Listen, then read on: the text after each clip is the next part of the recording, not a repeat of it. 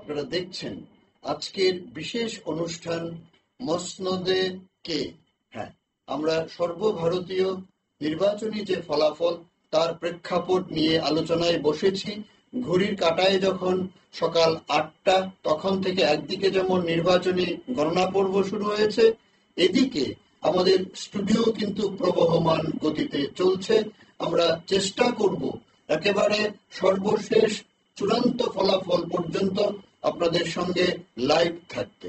তো ঠিক এই মুহূর্তে আমরা একটু আসাম চলে যাব, আপনাদেরকে নিয়ে যাব বলতে পারেন আসামের কাছাড়ে যে বিজেপি ডিস্ট্রিক্ট প্রেসিডেন্ট রয়েছেন বিমলেন্দু রায় মহোদয়, ওনাকে আমরা আপনাকে স্টুডিওতে স্বাগত, বিটিভি ত্রিপুরা স্টুডিওতে স্বাগত আপনাকে।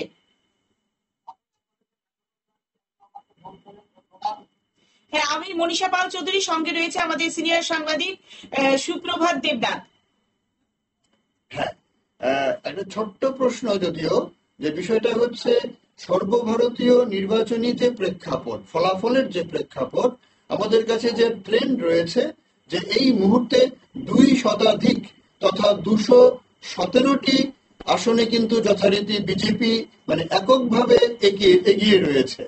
তো আপনার বিশেষ করে আসামের প্রেক্ষাপটে আপনার কাছ থেকে আমরা কিছুটা জেনে নেব, আপনার কি প্রতিক্রিয়া রয়েছে এই বিষয়ে?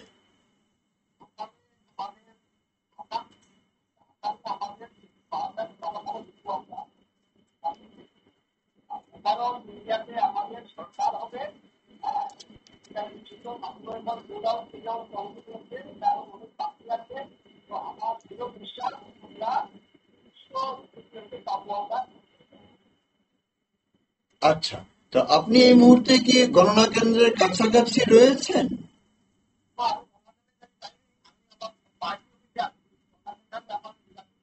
খুব ভালো, খুব ভালো। পার্টি অফিস থেকে মানে আপনার পাশাপাশি যে জনগণরা রয়েছেন, বিশেষ করে পার্টি সমর্থকরা বা পার্টি কর্মকর্তারা, তাদের প্রেক্ষাপটে আপনার মুখ থেকে প্রতিক্রিয়া জানতে চাইব।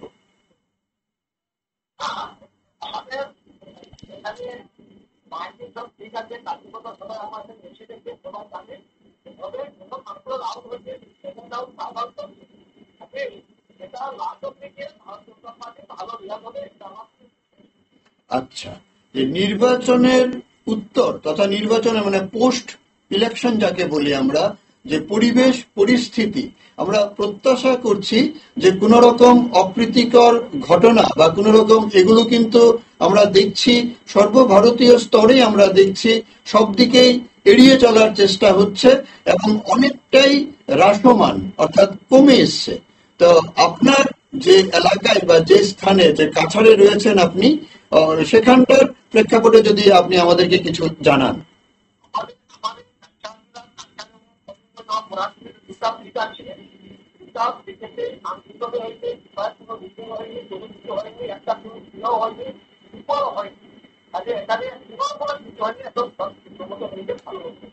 খুব ভালো, আপনার কাছ থেকে আপনি বিজেপি ডিস্ট্রিক্ট প্রেসিডেন্ট হিসেবে রয়েছেন আসামের কাছাড়ে। আমি আমাদের পাশে যে রয়েছেন সিনিয়র সাংবাদিক মনীষা পাল চৌধুরী মহোদয়া, ওনাকে বলবো আপনাকে অশেষ ধন্যবাদ জানানোর জন্য।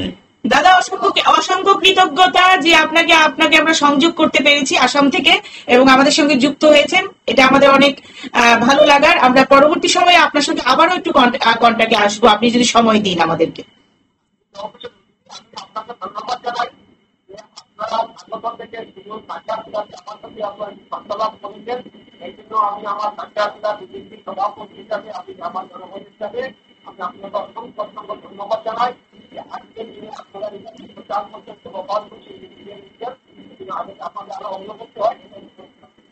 অসংখ্য ধন্যবাদ দাদা, সঙ্গে থাকবেন।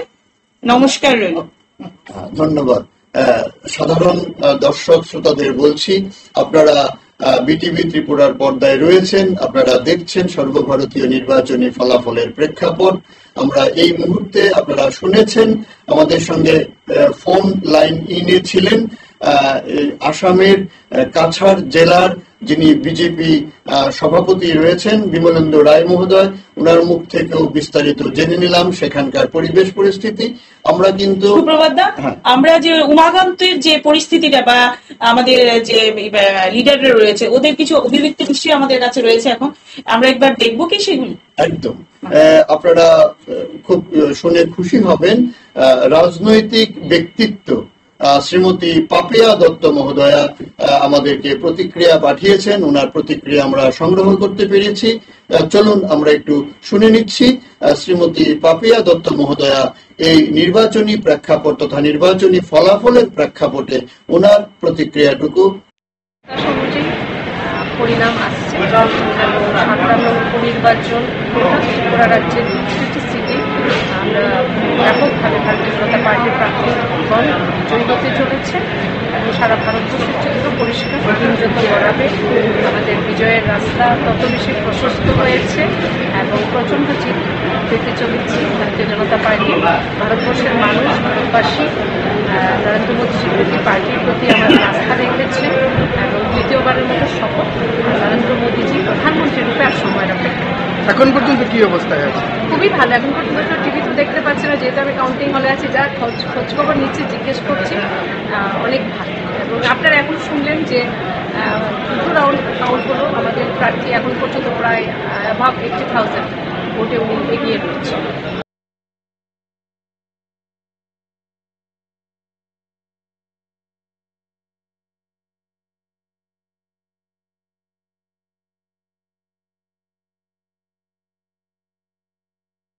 দত্তের যে প্রতিক্রিয়া, আমরা এতক্ষণ যে প্রতিক্রিয়া দিয়েছিলাম, এখন কি আমরা রাজ্যের কোনো প্রতিক্রিয়া রয়েছে এবং উমাকান্তর যে ময়দান আমরা কি এখন কি শুনবো?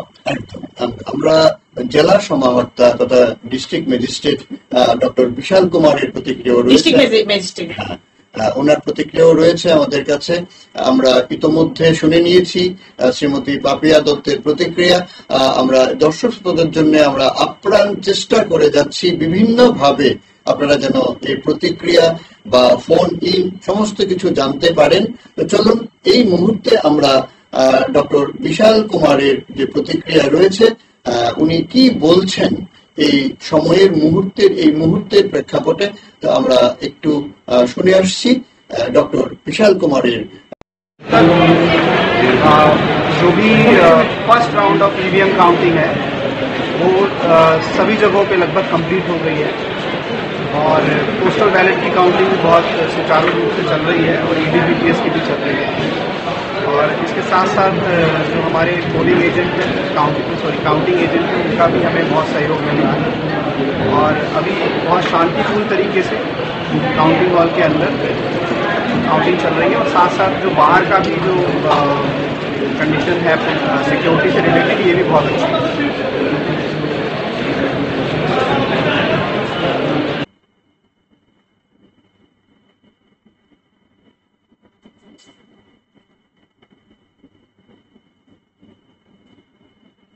আমরা এতক্ষণ ডিএম এর প্রতিক্রিয়া শুনলাম, তো আমরা পরবর্তী আমরা কি চিন্তাধারা রয়েছে যে আমরা উমাকান্ত ময়দানে যে বিষয়গুলি উঠে আসলো উত্তর ত্রিপুরা থেকে এবং আমাদের BJP party president Rajiv Bhattacharya বললেন যে আমাদের পরিস্থিতি অনুকূল রয়েছে, সেই দৃশ্যটাকে আমরা একবার একটু দেখবো যে উমাকান্ত ময়দানের পরিস্থিতিটা কি রয়েছে।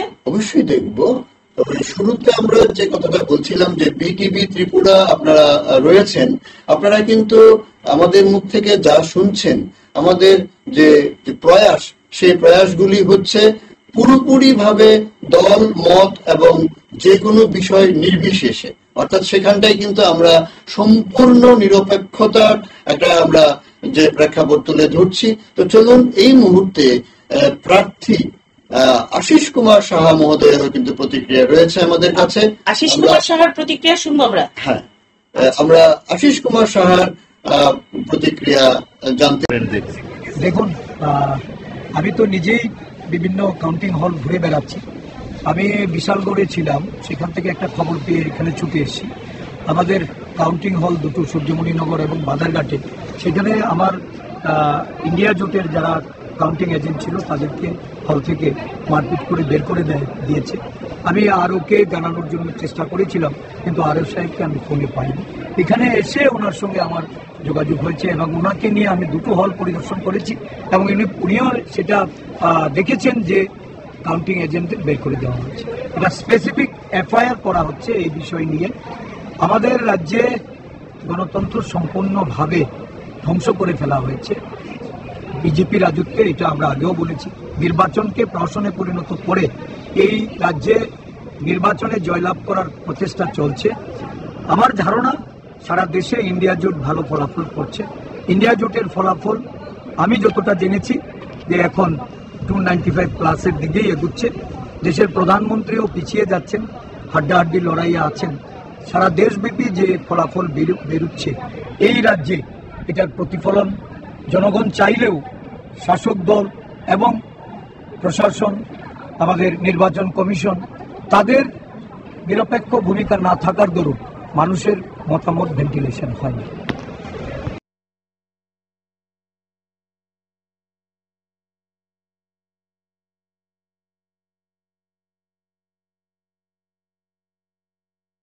হ্যাঁ, আমরা শুরুতেই বলেছিলাম যে ভোট পর্ব যেমন ঠিক উৎসবের মেজাজে হয়েছে, ঠিক তেমনি কিন্তু এই গণনা পর্বের মধ্যেও কিন্তু আমরা অনেকটা উৎসবের মেজাজ জানতে পেরেছি।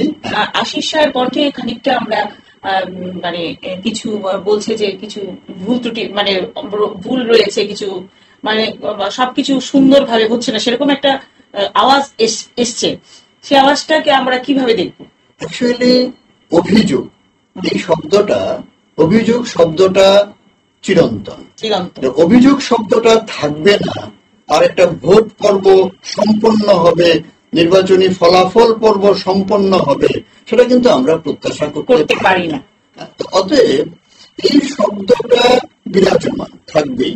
তো এখন এই অভিযোগ জানানোর নির্দিষ্ট কেন্দ্র রয়েছে, নির্বাচন কমিশন মুখিয়ে রয়েছে, ওনাদের কাছে নির্দিষ্ট উপায়ে অভিযোগ করতে হবে। ওনারা অপেক্ষমান থাকবেন অভিযোগের প্রেক্ষাপটে তদন্ত প্রক্রিয়া চালানোর জন্য। অভিযোগ যদি সত্যি হয়, এমনও আমরা অনেক সময় দেখেছি যে কোনো রিকাউন্টিং, রিপোলিং, অনেক ধরনের বিধি ব্যবস্থা রয়েছে। অতএব অভিযোগ, সত্যি কথা বলতে কি, আমাদের মাইক্রোফোনের সামনে অভিযোগ জানানোর কেন্দ্র তো আর টিভি স্টুডিও নয়। অতএব অভিযোগ জানানোর নির্দিষ্ট জায়গা রয়েছে, নির্দিষ্ট উপায় রয়েছে। তো আমরা এই শব্দটা শুনতে পারি, শোনা যায়, কিন্তু এই শব্দটার বিষয়বস্তু হিসেবে তার প্রভাব কিরকম হতে পারে, প্রতিক্রিয়া কিরকম হতে পারে, তার জন্য অবশ্যই আমাদেরকে নির্বাচন কমিশনের দিকে আমাদেরকে তাকাতে হবে। সেখানটায় জানতে হবে যে অভিযোগের ভিত্তিতে ওনাদের কি ভূমিকা রয়েছে।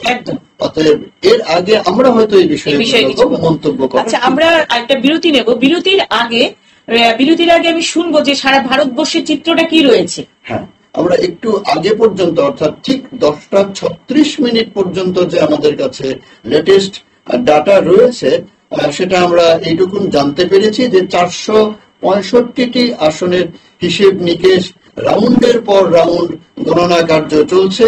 বিজেপি যে ক্ষেত্রে 217টি আসনে এগিয়ে রয়েছে, আর ইন্ডিয়ান ন্যাশনাল কংগ্রেস 78টি আসনে এগিয়ে রয়েছে, সমাজবাদী পার্টি 29টি আসনে এগিয়ে রয়েছে, অল ইন্ডিয়া তৃণমূল কংগ্রেস 16টি আসনে এগিয়ে রয়েছে। তো ওই হিসেব নিকেশ যদি আমরা একটু দেখি, যে বিজেপি 217টি আমরা বলছি, সেখানটায় কিন্তু একটা আসনকে ধরে নেওয়া হচ্ছে, যে আসনটা যথারীতি মানে জয়ী বলে ঘোষণা করে দেওয়া হয়েছে, সেটা সুরাটের বিজেপি প্রার্থী কিট্টির আসনটি। প্রার্থীর নাম কিট্টি, উনি ওখানটায় আনঅপোজড, অর্থাৎ বিনা প্রতিদ্বন্দ্বিতায় কিন্তু উনি জয়লাভ করে নিয়েছেন।